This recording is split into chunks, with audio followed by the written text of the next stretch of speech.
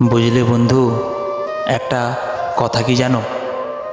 যেমন বৃষ্টি ফুরিয়ে গেলে দামি ছাতাটাও তোমার কাছে ভারী বলে মনে হয়।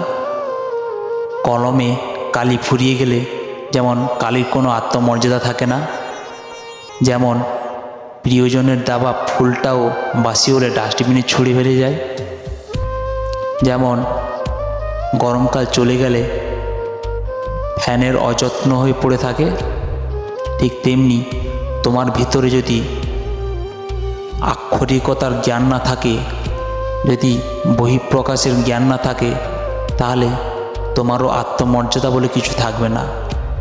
অবহেলিত হলে তোমারও সময়ের সঙ্গে সঙ্গে তুমি অবহেলায় হয়ে পড়বে। এটাই পৃথিবীর চরম বাস্তবতা, এটাই পৃথিবীর চরম নির্মমতা, এটাই পৃথিবী, তাই না?